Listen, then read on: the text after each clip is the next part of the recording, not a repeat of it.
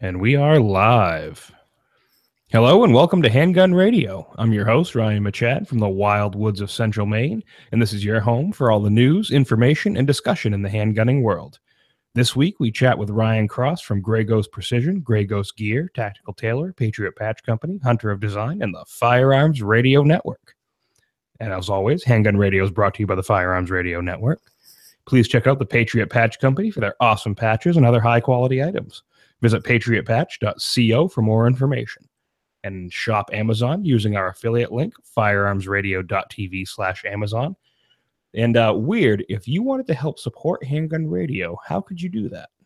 I would send us gold bars and Hummel figurines. Okay, last week you wanted them to send Smith & Wesson like second-gen pistols, and now you want them to send gold bars. And Hummel figurines.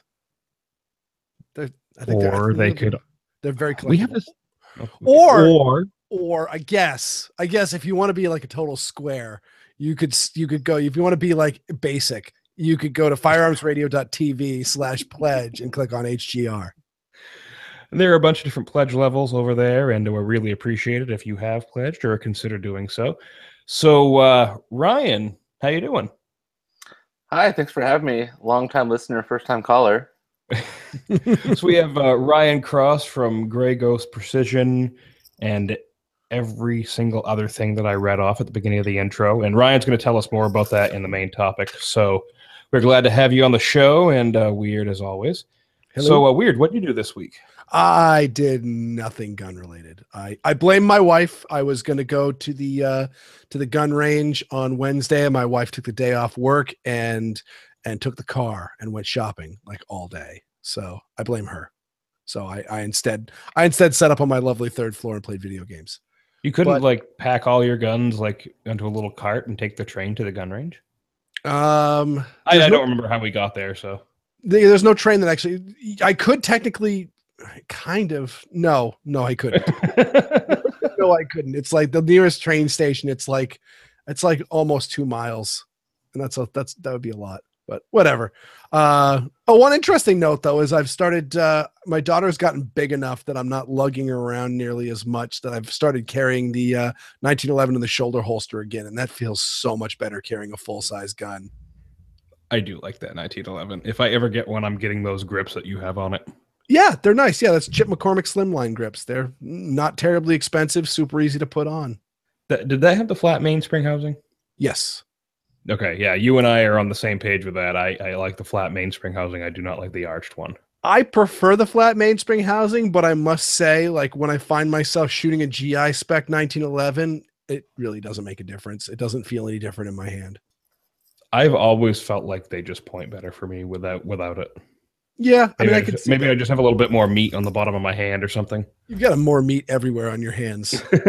Like, seriously, I could feed a family with your hands. So, Ryan Squared, what did you do this week in guns?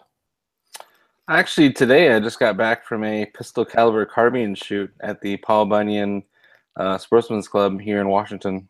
Yeah, I see, I believe, an MP5.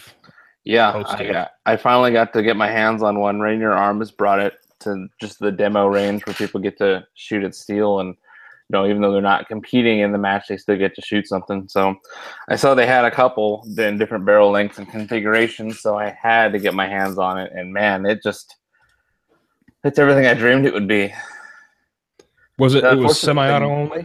Well, I picked it up, and the Rainier Arms staff guy said, "Okay, just leave it on semi." And I look at him like, do you mean? And he's like shaking his head, yes. Oh yeah, it goes down to F, baby. But I couldn't do it just because the range isn't really, licensed or insured for full auto. I don't know what the prevention is, but I didn't want to ruffle any feathers. That is unfortunate. I've had the opportunity to shoot one full auto one time, and that was great. And then my friend has a MP5 SD, I think that was made by Vector Arms. And that's a 2-stamp gun. It's not full auto, but it's got the suppressor on it, and then it's also got the it's a short barrel rifle. And that thing's fun to shoot, but you kind of need to wear a gas mask with it because of the way the suppressor is designed. It's kind of old school tech, and it likes to spit gas back in your face. Yeah. I But have a I would divorce, love to so I shoot. know exactly what you're talking about. The one that you posted though, I really like the I've seen pictures like the early MP5s with that really slimline front end, or like the MP5 that was in Die Hard, the with the triangle fore end. Yeah. That's like, to me, that's my favorite. Yeah, they said it was a Brothers in Arms, and I think it was one of Rainier's personal guns that had their logo stamped in it a couple times, and it did have a key mod slim thing. So besides having to wash my hands after shooting it, it wasn't too bad. So I was actually there supporting our sponsored shooter for Grey Ghost, JP Sullivan, and actually he placed second overall. So it was a very cool match. There was 4 or 5, I think maybe more courses of fire, and it was just pistol caliber carbine, so predominantly 9mm, a lot of SIG MPXs, and a lot of pistol and SBR AR-15 style 9mm, some Colts. Yeah, it was awesome. I wish that I could have competed, but I was just there at the booth, kind of showing off some of our guns, some of our pistols. How did the MPXs run? How did they run? I mean, everyone had them. I had probably 12 people ask me if Grey Ghost Gear makes a magazine pouch that'll work with the MPX magazine. So my answer was, "Well, come on down and we'll make it work." But yeah, that was have 9mm, or did anybody have the MPX and 357 SIG? I gotta say, 357 SIG out of a carbine, that just ruffles my feathers. That just tickles my fancy. I don't know. That's a lot of cheddar that you're spending just to shoot a match. I think predominantly it was 9mm. There might have been a couple of 40 guys. There wasn't really any steel that I saw that was anemic to falling over, or I guess resilient to falling over with 115 grain 9mm. But right, and even being like a reloader, 357 SIG is a pain in the ass to reload. Yep, it's true. Yep. Did you see anybody running? The other thing is the CZ Scorpion. I'm kind of curious about how that's kind of like filtered into the market. Did you see anybody running that in competition? I think I did. There's a guy running around with a CZ sponsored jersey, so I assume he had the Scorpion. I didn't really see him shoot. Nice. Yeah, I like to hear about, like, I don't get to hear about a lot of that kind of stuff over here because, I mean, in Maine, we basically do pistol matches, and I think there's a few, like, cowboy action matches, but nothing in terms of, like, like sponsored shoots and stuff like that, really. Yeah.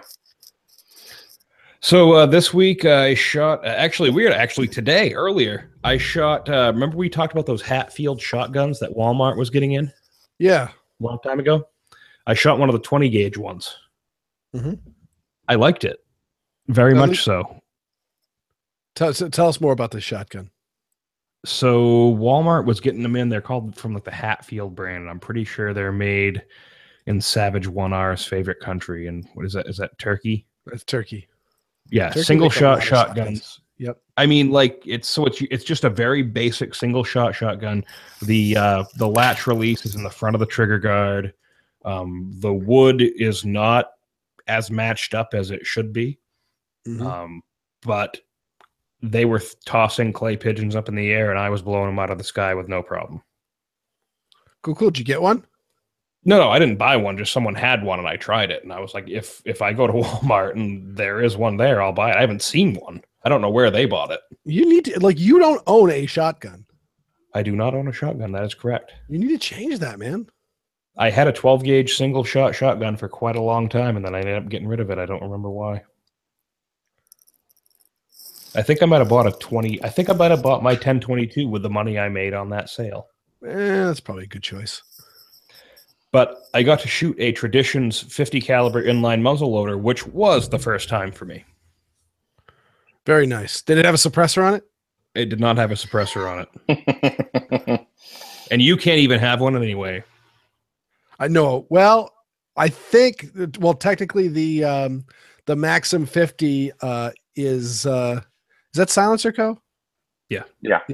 The Maxim 50 muzzleloader shotgun, technically, from my understanding of Massachusetts law, is 100% legal. But of course, Maura Healy got on that, so it is. They are currently not shipping to Massachusetts, and so you would need to play a little. You would need to buy it out of state and then bring it in, and take your chances. So shooting this thing made me do two things. Number one, it made me want to put my percussion revolver back together because right now it's sitting in a box behind me, and I need to find the time to put it back together and take it out and shoot it. Me too. And number two, I took a deep breath after I fired, and I coughed my ass off. And I forgot about how much smoke a black powder firearm produces. So yeah, it was fun though, and it had really good sights on it. I put a can on a stump at about probably 25 yards, and I hit it no problem. And it was pretty impressive the hole that it drilled through the can. I mean, it was easy to load. You had the inline pellets. You had the pellet on the top. I mean, I've never done any muzzle loading, so to me, it's completely new. The only thing I've ever done is with the percussion revolver with the round ball and the loose black powder. Ryan, you've done a bunch of this, haven't you? Are you archery? Actually, I took an elk a few years back with a muzzle loader. So this is nothing new to you then? It's a little. I mean, I'd still call myself a greenhorn, but was it a modern muzzleloader or was it a reproduction? It was modern. Yep. So I was smart. I had two muzzleloaders because I guess it's cool in Washington if you have two, like, ready to go. So when you shoot and you instead of taking a minute and 30 seconds to reload, you just swap to the next rifle and take another shot. Right. So, but I actually shot my elk 5 times. It was resilient, but it's on the wall now, so it's all good. So you tracked him and had to keep reloading the muzzle loader, or you had two on you? Oh no, my first shot would have killed him, but he fell into a little sinkhole by a tree root, and I just kept shooting until he stopped moving, and he wouldn't stop moving. So it was like, well, it's getting late. We should probably take another shot at this guy. He hasn't died yet. I'm still eating him, actually. So, and then I've got my band now. Baby Boy 2 is on the way. We are expecting another one, so we will have Connor and Cameron, and they'll carry on Handgun Radio whenever it is that I don't. So, oh, good. I was going to ask you before the show started if you were going to pick another last name for your boy's first name. Another last name? What? Yeah, Connor and Cameron. Yeah, no, we're staying with the C's and Scottish clans. So weird. What's your drink segment? So I don't have anything new tonight. I'm drinking a daiquiri. This one is, what do I got here? Is 2 ounces of Grand 10 New Medford Overproof rum, which is made here in Boston. It's so good. 1 ounce fresh lime juice, ½ ounce of lime oleosaccharum. That's sugar that's been soaked in lime in lime peel and then made into syrup, and then served up in a cocktail glass, and it is pretty darn tasty. But I thought I'd talk about the, when I say served up in a cocktail glass, what do these terms mean? So up is short for straight up, and it means the drink is chilled but strained before serving. So there's no ice in the glass, but the liquid is cool. On the other hand, neat, there's no ice in the glass, but the drink is served at room temperature. Generally not done in cocktails. I actually don't know a single cocktail that's served neat, but generally it's straight liquor. That's the pull out a bottle of scotch, pour it into a glass or a snifter, and then hand it to somebody. On the rocks is served over ice, and it's generally in a rocks glass.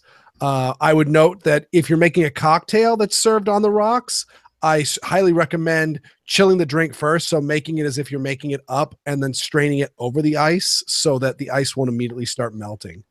And then we've got kind of the redheaded stepchild, which is frozen, which is served over crushed or blended ice. Be wary of this because there's a lot of crappy drinks that are frozen, but they can be really good. I mean, you know how much I love my Lewis bag. It is good crushed ice drink, and you let it kind of mellow and melt, and it can be very refreshing. Excellent. So with that, we'll head into the main topic, Grey Ghost Precision and other custom stuff. So Ryan, we have you on here, and you, obviously there are a bunch of different companies that you are associated with. or do stuff for. And Gray Ghost Precision is the main one that we've been talking about recently. So how did Gray Ghost Precision come about? Well, I started Gray Ghost this last year in the spring. So Gray Ghost Precision kind of unique to the firearms industry because how most people who start that have AR-15s, AR-10s, and those kind of variants, they start off really to make the lowest common denominator to jump into that market while the iron's hot. And I would say that right now the irons are no longer hot, but yet people keep jumping in.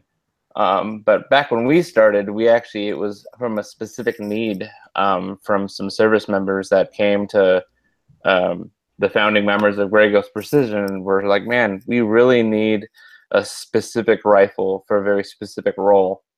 They actually served in Afghanistan and Iraq, and they were saying that when they, come to an LZ and they drop out of the bird, depending on what they're all carrying, the enemy nearby actually has eyes on them. Just like how we scout, they scout as well. They're not completely idiots, but so they'll look, and if they see somebody with an M21 or a Remington 700 or anything that hints at long range, that's how they choose to plan their engagements and their ambushes. If they see a squad and they all have M4s, they all generally assume, oh, they're all shooting 5.56 NATO. Let's all get up to 500 yards and engage. Well, if one of them has a 308 that looks like an M4, but is really accurate, then all of a sudden the tables are turned and they can just pick them off really easily. A lot more easier than taking shots with a 5.56 M4 service rifle. So that's when the Gray Ghost Precision Heavy was born. It's a 16-inch 308 mag fed, and we just did a lot to ensure that it is the most accurate 308 gas gun that you could possibly get. So all the receivers are billet. They're really tight. The barrel is a high quality barrel. Everything's kind of match grade as far as the SAMI chambering. The gas system has been reworked over to make sure that it cycles over no matter what ammo you use. It has an adjustable gas block as well for shooting suppressed. So basically, they needed a badass rifle to actually shoot people with. So we weren't trying to make a rifle to just throw into the market and make a pool of money. We were looking specifically to support some friends and family that were actually fighting in the war. So that's kind of how Gray Ghost started. So from there, we did make the light 5.56 model, and then as the 300 blackout phenomenon came about, we made a dark and 300 blackout. And now we have a Grim 6.5, which is our Creedmoor precision rifle. So it's built on the same platform as the Heavy, but we used a 22-inch proof research barrel and an extended length gas system. It is a ridiculously accurate gun. We're getting first round hits at 800 yards and beyond. And a lot of our professional shooters are using these in PRS matches and winning. And so that's kind of, in short, what Gray Ghost has been about in the rifle realm. Recently, we actually got into handguns, and being that this is the Handgun Radio podcast, it's quite appropriate to talk about our Glock offerings that we have. So we do Glock 19 and Glock 17 slides for both Gen 3 and Gen 4. We have two slide patterns. So if you're watching on the live, you can see this is the V1. So the V1 has lightning cuts up front, so that kind of reduces some of the weight, but it also gives you really good traction for doing press checks and racking your slide. The V2 has geo scales, so if you know what a golf ball dimpling looks like, it's very much similar to that. So it really depends on what your taste is as far as how you like your slide to look. Those geo scales look really sexy, especially on a Glock 17 where there's a little bit more of them. So these slides are not just blanks that have been remilled to look pretty on Instagram. We actually went back to literally the blueprints and we redrew them so that it had tighter tolerances. So we're really talking in the thousandths to make sure that it improves the harmonics and the lockup is tighter. And really, we're seeing about a 30% accuracy increase when you just swap it with a factory upper, put one of our uppers on there, and with iron sights, it just kind of brings all those flyers and the outliers of that grouping in. It's a lot more consistent. Those really, really look great. You had shown a few others to me, or I'd seen them on your page. I'm not sure which.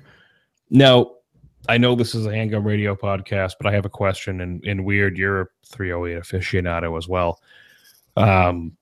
What were some of the challenges going between? What are in general, in your opinion, are some of the challenges going between the AR-15 and the AR-10 platform? Because I've had I've shot the AR-10 platform kind of a little bit in the SIG 716 in 308, and I've noticed that it's just a whole lot bigger and heavier. Are there any like significant challenges in between those two platforms, or is it just kind of each one's independent? I mean, if you build an AR-15 and you think you can just slap together an AR-10, you're gonna find out that you were sadly mistaken. It's definitely a different monster.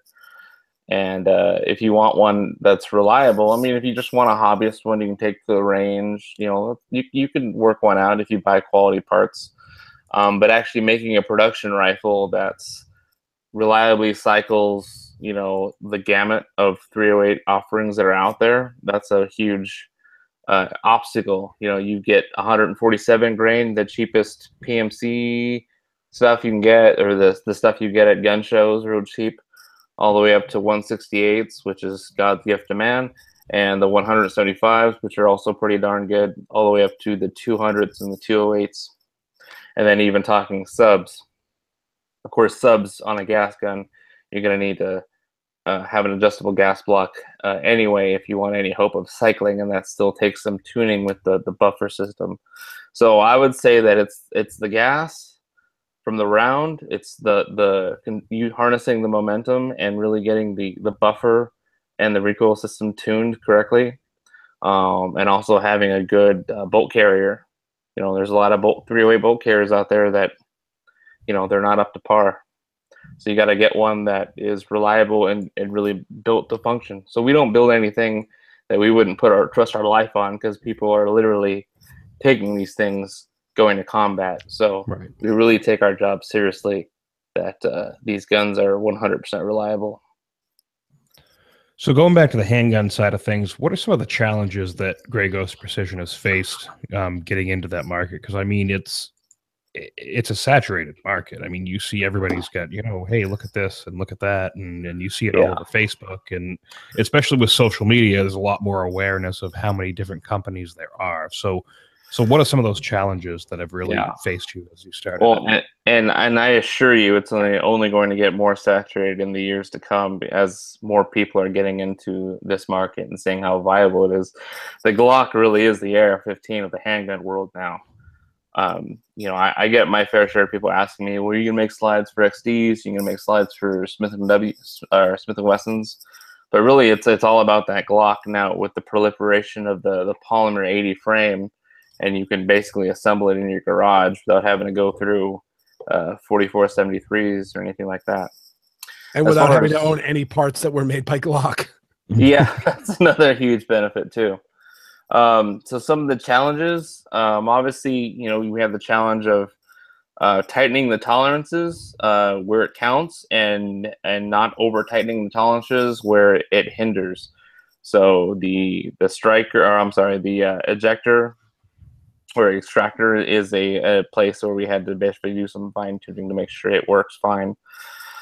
The RMR cut actually is really interesting as well, because I don't know if you know, but you know, Trijicon makes their RMRs, you know, and they're a cast aluminum body, so there is a variance. You know, when I buy an RMR and you buy an RMR, those two can vary in footprint, and you know, maybe 3,000s or more.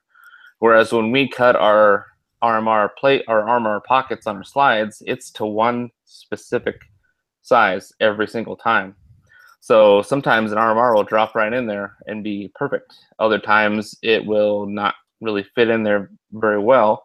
So it requires some more fitting of the slide, or fitting of, shaving down your RMR. But if you just dropped 6 bills on a Type 2 RMR, then chances are you're probably not wanting to take the bastard file to it. So that's some of the things. But I tell all the customers, because I handle I guess I should have started with my title at Grey Ghost. I am the marketing manager, but I do a lot of the Facebook, social media, and a little bit of the customer service end. Not so much anymore, because we just acquired a firearms manager who's going to be awesome at this. But mostly people, they get their slide and they try and fit their RMR, and they just happen to be unlucky enough that the RMR they received was a little bit larger in those tolerances. So I just tell them to send it to us. We'll pay for the shipping. We'll send them a shipping label. They send it to us, and we'll fit it, get it in there, and send it back. So we don't really want anyone else to have to, throw this in their vise and start filing away at it if we can handle it for them professionally. Where do you take the metal off of? Do you take the metal off of the slide or off of the RMR, or a little both? Well, off the slide, because that's obviously preferred. It's our product. We're the one doing the work, so it's not necessarily voiding the warranty. I'm pretty sure Trujicon wouldn't be too happy if we file it down on the back of their RMR. So that's just where it's going to be. It'd be nice to remove material from aluminum as opposed to steel, because one's softer than the other, but that's just the way the cookie crumbles. So the back of the RMR pocket in our slides is a flat surface, and we just take a thousandth or so off of that, and it usually drops right in there. Now, are there any modifications that people might request that you do, or do you guys just do a set number? Do you have a Type 1, a Type 2, a Type 3, or do people call you and, hey, I want cuts here and I want cuts there? And is there anything we don't do that. Okay. So you get the V1 pattern or the V2. We've got other patterns and prototypes. I think we're gonna do a pattern that doesn't have any skulls and very minimal branding, so it's a little bit more police department friendly. Or for people who don't like the whatever they say, that I don't want the billboard, or yeah.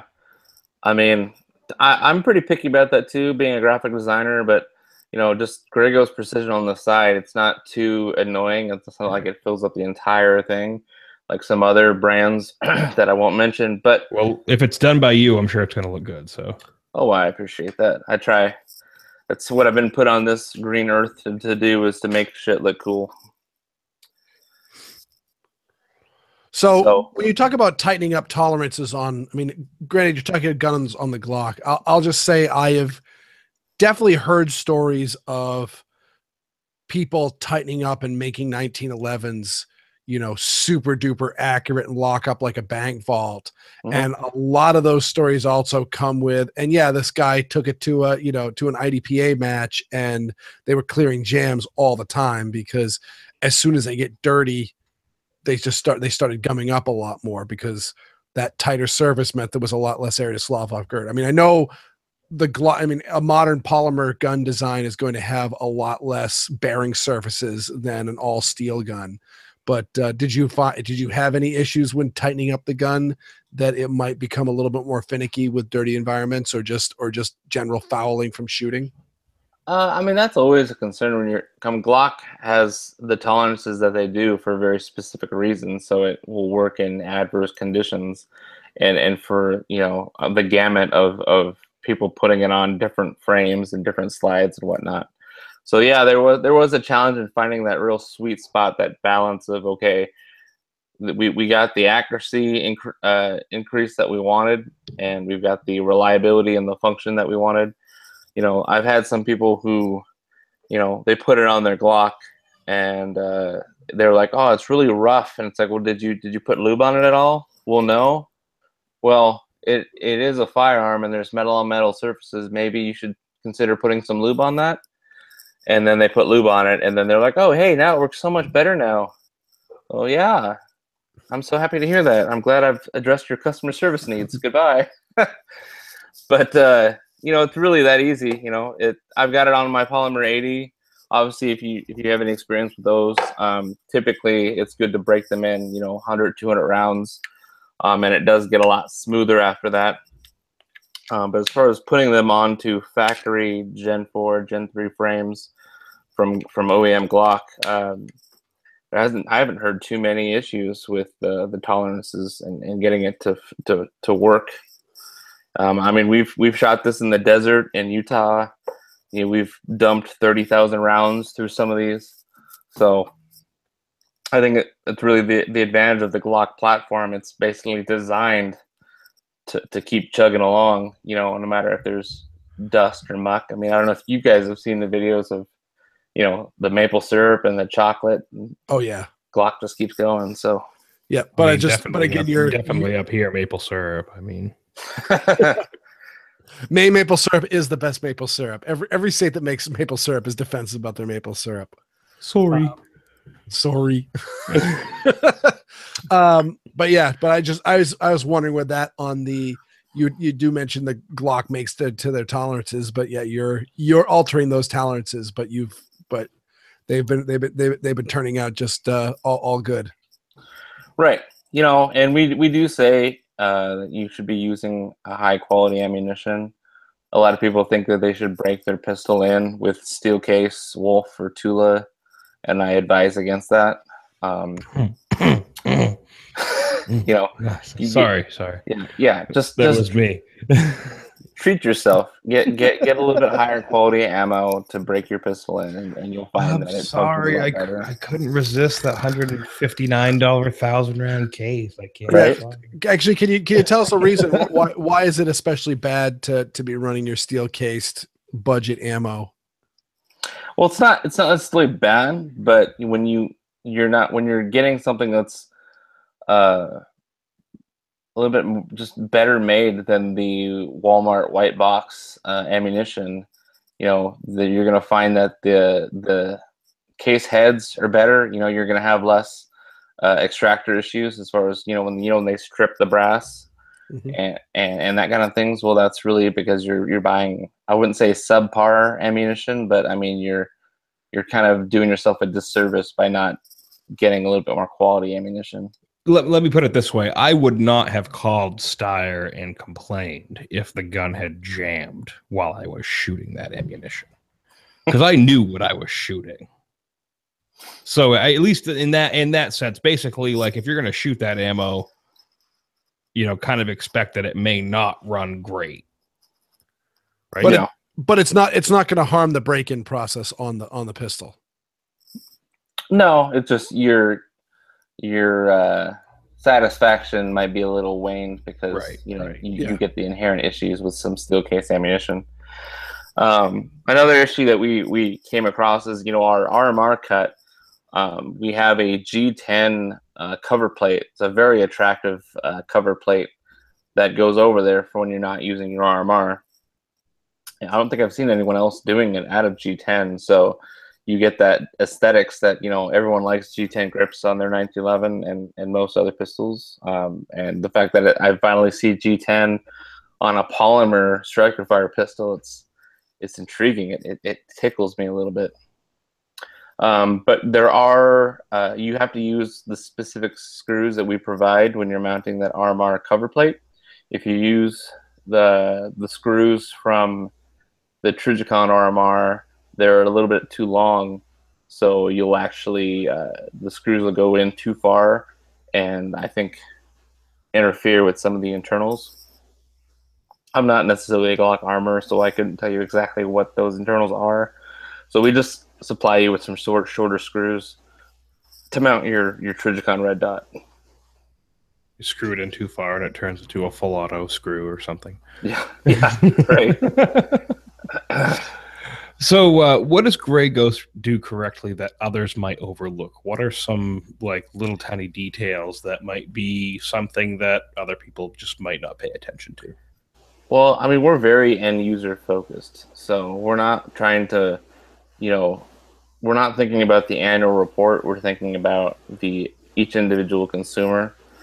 And like I said, the aspect that a lot of our users are servicemen. So a lot of the things that we make are just above other manufacturers because we have such a close affinity with the Rangers and Marines and all the grunts that are out there.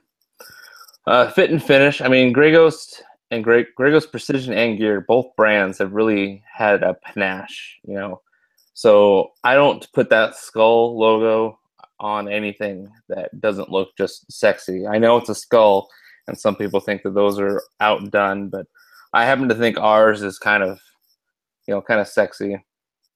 It was actually designed in part by servicemen who, when they were asking, well, what should our logo be? It should be a skull. And, I don't know if you can see on my shirt, but there's a skull with a diamond behind it with stars around it and a little bit of the rising sun. So our guns have been built from input of the community. Our logo has been built from the feedback of our community. A lot of our soft gear, Grey Ghost gear, are plate carriers and bags and holsters and pouches. They've all got fingerprints of the end user built into them. So it means a lot to us to have close ties with the people that use our product. And I think that's where a lot of people like Big Green and some of the other big firearms manufacturers kind of lose touch because they're trying to please, board members and get that bottom dollar. And we're really not concerned with that at all. I mean, we're doing this out of the love of our hearts, and yeah, we're making, money from it, but we're really more concerned with, does this work good for you? If we have to pay out of pocket to ship it to us to fix it and then send it back to you, we don't even blink an eye, because that's what matters to us for all three companies, Tactical Tailor included. Yeah, I mean, it definitely requires that. So what is in the future for Grey Ghost Precision? What do you have coming up that people should be really paying attention to? Well, I know that's a loaded question. I can't say too much, but we definitely have a roadmap of things to come. I think we're going to get back into bolt actions in the future, as soon as we figure out some sourcing and some manufacturing things, because we did have the Dagger, which was a 300 blackout, folding stock precision rifle, and a lot of people seem to like that, but it kind of took a little hiatus, and I think we might start to get back into that, especially with getting into 6.5. I think that might be something that we develop some more platforms that utilize that caliber, because it's definitely going to be staying around for a little while. Pistols, we're going to continue to push into the pistol market with, I know Gen 5 just came out. We're definitely going to have support for that, as well as some other Glock numbers that I can't really divulge, but we're definitely going to have more Glock support in the future. I'm sorry, Smith & Wesson X and XD fans, but I can't really promise anything for you guys. What about R51 slides? Oh yeah, that would be funny. No, they'll just toss them in the trash for you. Yeah, we'll dispose of them for you. So weird. You've always got some weird ideas. So for rifles, I mean, like folding stock bolt action rifles, you have any ideas that you might want to see made? Well, I just like the idea of, there's a couple of people that are out there, but I don't think it's being done a whole lot, is making of a precision rifle that has all the accuracy, but trying to do your best to save weight. Because I think that there's kind of the world where there's the hunting guns where, oh yeah, they're super light, they're handy to carry around, they're not overly long. It's all well and good, though it's fixed stocks, so you can't fold them up really small, if you're going to be throwing them on a four-wheeler or carrying them around on your back for a little while. But then you've got the whole like super duper precision rifle, and it's like, and those guns are good, but they're not the type of gun that you'd want to be shooting at 500 yards or so. Then you get to the precision rifles, and they're, oh man, they'll, you can shoot the hairs off a gnat's ass with one of those, but you're going to need a four-wheeler just to carry it around. Yeah, it's 16 pounds without the optic. Chassis systems, I think, are going to definitely lend a hand in that. There's been a huge surge in chassis for bolt-action rifles over the last decade, so that could be a possibility as well. You know, I think there's some fixed stocks out there that save on the weight, but also being able to shorten that overall length so it can kind of fit nicer into, a rifle case. I hate having a rifle. It doesn't fit in the rifle case. So you got to go out and buy another rifle case. It's just a little bit longer. So yeah, there's all sorts of things. We know that we've got Jason Kearns, who's kind of well known in the firearms industry. He was formerly with Mega Arms. I mean, he's kind of a mad scientist as far as product development goes. So I'm really looking forward to seeing what we come out here in the next year and beyond, honestly. So the next one and the final one before we wrap up, I want to chat with you about here, and it's Patriot Patch Company. Now we hear from Jake all the time. We've heard from Jake all the time. But now we're going to hear from Ryan. So how did you get started with Jake with Patriot Patch Company? Well, it started at the same time. I've been doing work with Jake for years now, and I owe so much to Jake, both good and bad. But so everybody, you see the Handgun Radio logo every week. Yeah. You know who did that logo? This guy. Cross. Probably 90% of the logos on the Firearms Radio Network I did. I can tell when you do a logo, it's that bad. It's that good, but it's that bad, but it's that good. That's what I mean. Yeah. But I can tell when it is a Ryan Cross logo just from the design. Like I've seen a couple outside of FRN, and I'm like, I would be willing to bet like $50 right now Ryan Cross did that logo. Yeah, I didn't ask it. I haven't found out yet, but I guess I kind of have a signature as far as the types used and the use of strokes and I think the way I design the use of space, very bold. Yeah, the use of space. You have a very good idea of like use of space. Well, I take up a lot of space, so I think that's where I learned it. Yeah, it's just like you have a good way of arranging things in your photo or in your logo. Yeah. To everything be kind of equal, but not at the same time. It's good. That's what a $10,000 liberal arts education will get you.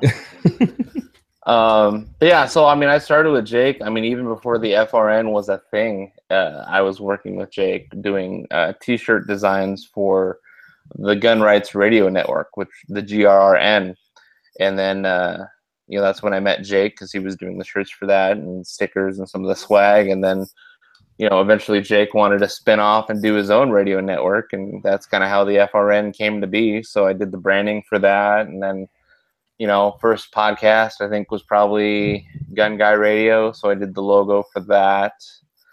And then every podcast that got added after that needed a logo, so it was real easy for hey Ryan, whip up a logo, here's the pilot episode, listen to it, and then just kind of come up with an idea, because usually the host doesn't have an idea or has an idea that's not that great. So that's just how I really got started with Jake. And then as the FRN got more popular, we're starting to make appearances at different kind of industry things around the country, and he flew me out to SHOT Show, and I was just conducting interviews for my former podcast, the Gun and Gear Review Podcast, as well as just for the network as a whole.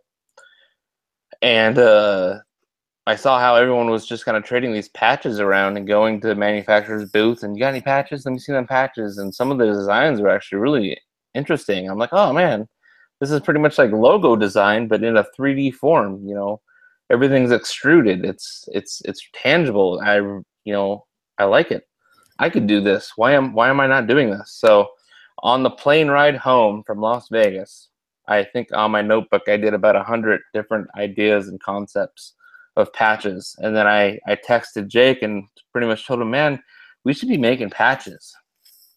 And I apparently he had the same idea at the same time, or so he says. So that's kind of how it came to be. We brainstormed a name, came up with Patriot Patch Co. And our very first patch was the I'm Your Huckleberry with Doc Holliday, and that's still our best seller.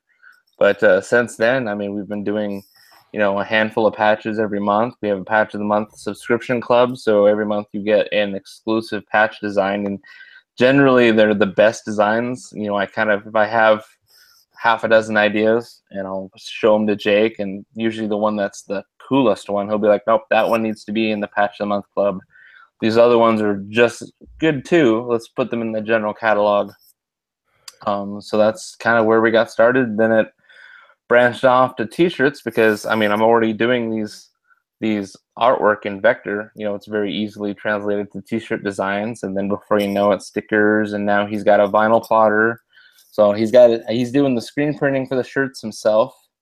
He's got a vinyl plotter, so he's cutting the vinyl stickers himself. So he's just as busy as I am. So how many hours, you're looking at multiple hours at least on every design? Yeah. That's just how it is. If I got a really good idea, I usually sketch it out or at least describe it, and then I'll sit down. If I can't sleep at night, I'll pull a laptop out and just start humming away. And I'm formally trained as a graphic designer. That's what my calling is. So creating things in digital illustration software is just second nature to me. It doesn't take me very long. It's like a visual puzzle, extracting the design and the idea out of my brain and putting it on the screen, and making it so it's efficient. I don't waste several hours on one thing. I visualize it and I just make it happen, and it looks good just because that's how the whole conversion process works. So weird. You had a favorite patch, because I brought a bunch of these to you when we went down to NRA show, and you had one that was your favorite. I got my socks knocked off. It blew me out of the water, just because it's a pet peeve of mine. Is I'm a 1911 guy, and you say the Glock is kind of the mainstay of the firearms industry, and I agree. It's just the generic gun. And the 1911 definitely used to be. The Glock, I think, has surpassed it. But whenever I see, so there's a lot of people will have their logo be a 1911. You'll see, a gunsmith will have, come to this gunsmith or this gun shop or all that, and they'll have the silhouette of a 1911 on their board. And it's always with the hammer down. And that bugs me, because a 1911 with the hammer down is worthless. It doesn't work, and it could be potentially dangerous. It's not designed to be carried with the hammer down. It's not designed to be loaded with the hammer down. So it bugs me every time. It bugs me. And if you look on my website, you'll see pictures of 1911s. The hammer's always back with the safety engaged, because that's how a 1911 is supposed to look. That 1911 is ready to go. And this is the 1911 vintage firepower patch from Patriot Patch, has the hammer back and the safety engaged. And so that was the first thing I noticed. Like it was glaring, and I'm just like, oh God, that's exactly how it needs to be done. Thanks. Yeah. It was easy, or just like a no-brainer to do a 1911 patch. And we have it in a shirt as well. Mostly because who's going to sue you for copyright infringement if it's a 1911? Whereas if I tried to do a Glock patch, I'd have, Gaston, sending me a cease and desist. So that's also a huge benefit. So what can complicate a patch? Well, we do PVC morale patches, which means it's made out of vinyl rubber that's liquid injected hot, and then it cools and solidifies. So it's definitely it's been a learning experience for me, and I think I've actually improved our factory's capability, because I'm challenging them constantly from what I'm asking them to do. As far as, I want this texture, I want these details, these lines, I want these elements raised higher than other elements. So I actually send them a cross section with the different elements of the patch highlighted in a very specific color, and then there's a legend or a key showing what color sticks out farther than the other colors. So getting them to really understand I want this to stand out, I want this shape to be rounded. Another big thing they'll notice on a lot of our patches now is the rounded edges. So it's definitely a lot cooler, I think. It looks better in photos as far as the lighting goes. But some of the things that we actually have, like human figures or firearms in particular, they'll actually, the handguards of an AR-15 will be rounded, instead of like square and just raised like little plateaus everywhere. I did the patch for TurretCon 2017, and I did a Bushmaster, or I should say a Masada ACR. I wouldn't call it a Bushmaster, but the handguard and the stocks actually all had rounded edges, so it looked more realistic. And I think that's all what really sets us apart from other PVC designers is how far I try to push the envelope. And then obviously the firearms accuracy, because I am a gun enthusiast and a gun nut and a big collector, so it's important for me to get the details right. It's important to our fan base too. I've done a patch where it said AK-47, but I guess I used a 74, and I admit I'm a little rusty on my Kalashnikov firearms designs. And the fan base was very quick to let me know, hey, that's a 47 or that's a 74, not a 47. So I just say that the factory, got the numbers mixed up. But, it's definitely a labor of love. We love doing it. I mean, my patch wall is huge, just from my own stuff, and I enjoy collecting other people's patches too. If they had a clever concept or a cool design, I mean, I'll buy it and I'll add it to my patch wall. Not with my patches, but just my private collection patch wall. I have to get a patch wall. I have all this office space and I have nothing on the walls, and I have a bunch of patches that need to go up on the wall. Yeah.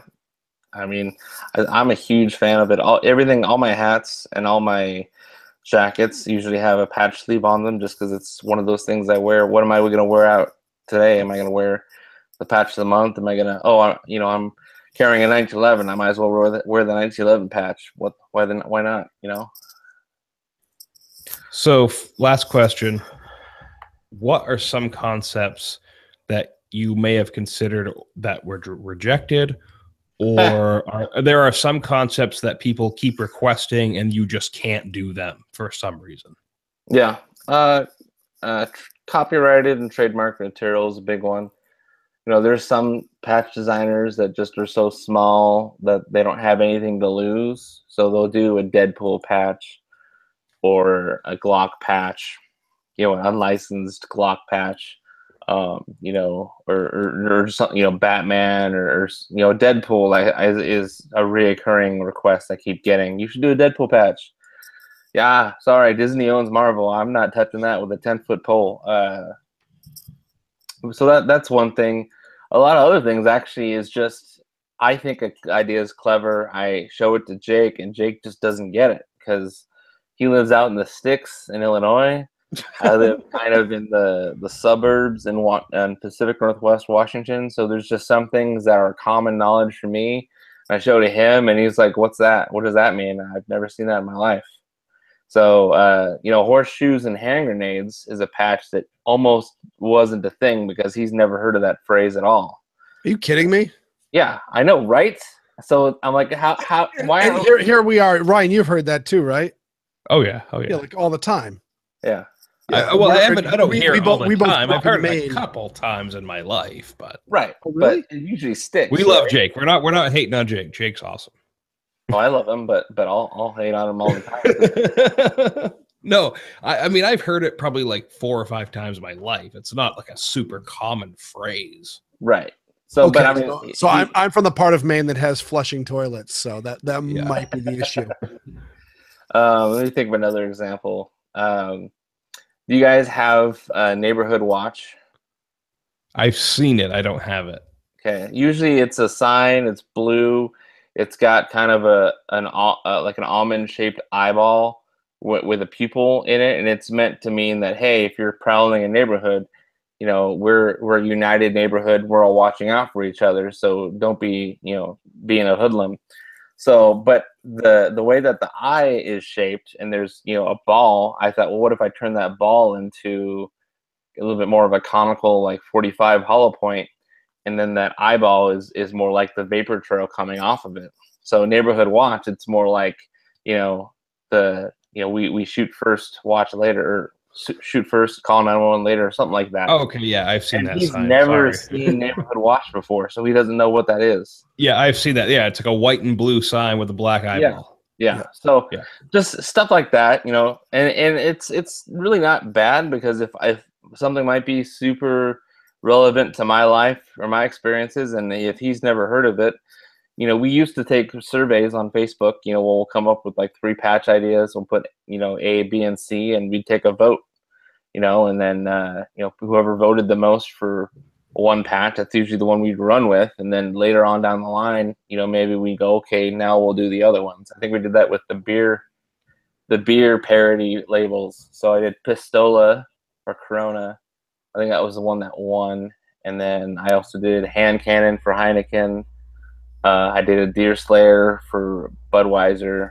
I think I did 2 Budweiser labels. What was the PBR one? SBR. SBR. Yep. I only have one of those left, and I have it in the headliner of my truck. It's like one of my most prized patches, just because some patches are so rare. The designer only has one. The first patch of the month that we did, this is my safe space. That was last October. I only have one of that, and I'm not letting go of it for anything. I still have it. Congratulations, man. You're in a very elite club of people who have that one. Every patch that I've gotten, I have a little box that I've put them in the box because I don't have a patch wall yet, and I didn't have a patch wall at the time.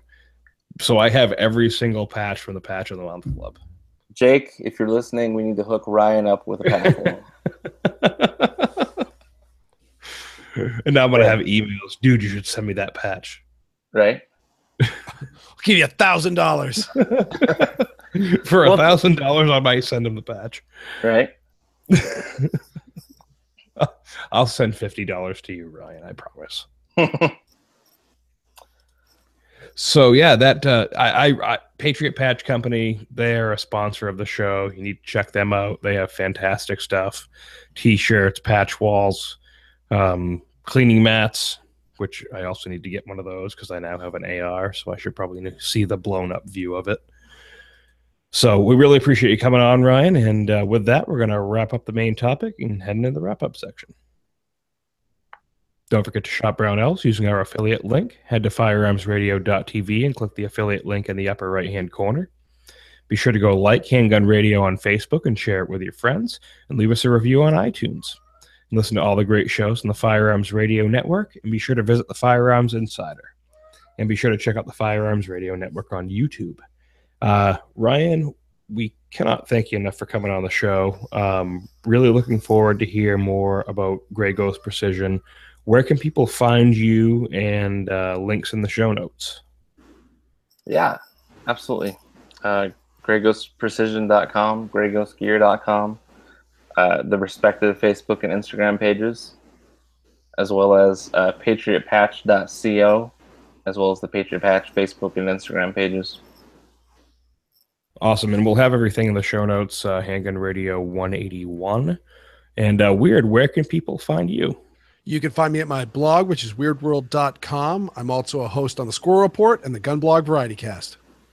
And thank you both for coming on. And until next week, have fun and safe shooting.